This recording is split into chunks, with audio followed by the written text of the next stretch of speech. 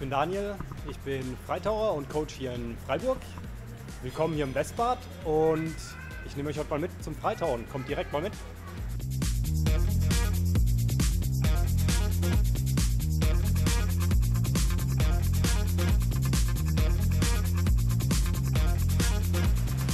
So, und auch beim Apnoe-Tauchen brauchen wir Ausrüstung. Die Maske ist wichtig, damit ich unter Wasser klar sehen kann. Die Flossen geben mir unter Wasser richtig schön Vortrieb. Mein Neoprenanzug, der mich im Wasser einfach warm hält.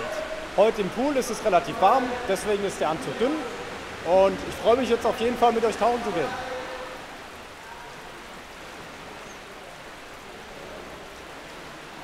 Bevor wir tauchen gehen, ist es immer wichtig, dass wir uns auch stretchen, da wir so viel wie möglich Platz in der Lunge bekommen wollen und auch unser Zwerchfell flexibel haben wollen.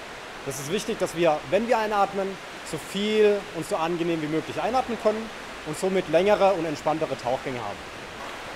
Ich mache heute freies Training, das heißt, für mich ist heute wichtig zu schauen, wie tauche ich am entspanntesten, wie fühlt sich meine Bewegung am besten an. Meine Tauchbuddies dort hinten machen heute Zeittauchen und beim Zeittauchen geht es darum, dass man so lange wie möglich, so still wie möglich im Wasser liegt und die Luft anhält.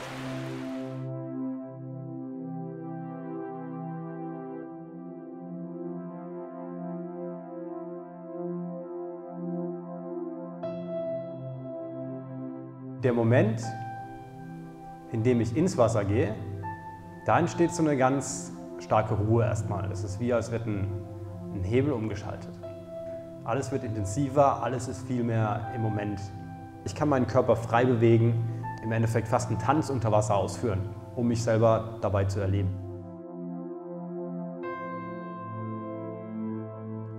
Am Tauchen ohne Luft reizt mich besonders die Selbsterfahrung. Das ist ein richtig wichtiger Aspekt, der beim Apnoe-Tauchen dazukommt.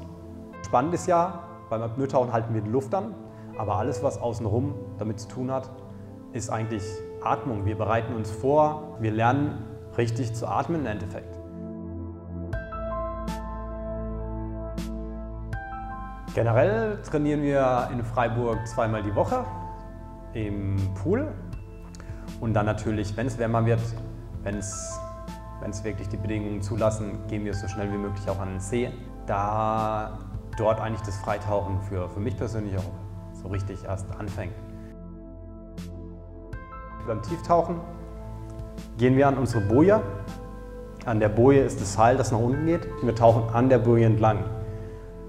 Und der Moment, von dem wir uns vorbereiten, runtertauchen, bis nach unten gehen, wieder hochkommen, ist eigentlich immer ein ständiges Checken. Was passiert gerade in mir? Was spüre ich? Was für Gefühle sind da? Was für Gedanken?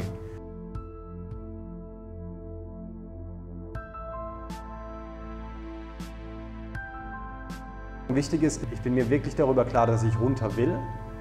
Und dann, wenn ich die Intention gesetzt habe, wirklich komplett einfach nur meinen Körper tauchen zu lassen und den Geist gehen zu lassen. Derzeit sind meine Grenzen beim Zeittauchen 6 Minuten, beim Tieftauchen komfortabel bis 30 Meter und beim Streckentauchen 100 Meter. Für mich besonders schön das sogenannte Schnorcheln, das freie Freitauchen, da auch unsere heimische Unterwasserwelt unheimlich viel zu bieten hat. Es ist unheimlich spannend, was für Fische es gibt, was für eine Unterwasserwelt zu entdecken ist. Wir haben hier in unseren Seen richtig schön große Hechte, wir haben riesengroße Karpfenschwärme, wir haben Fische, die mit uns als Freitaucher interagieren. Wir haben Haubentaucher, die ausnutzen, dass wir durch die Landschaft tauchen. Dort werden kleine Fische aufgescheucht und die Haubentaucher nutzen das aus. Und du kannst wirklich in Interaktion gehen mit diesen Vögeln. Und das ist ein unheimlich schönes Erlebnis.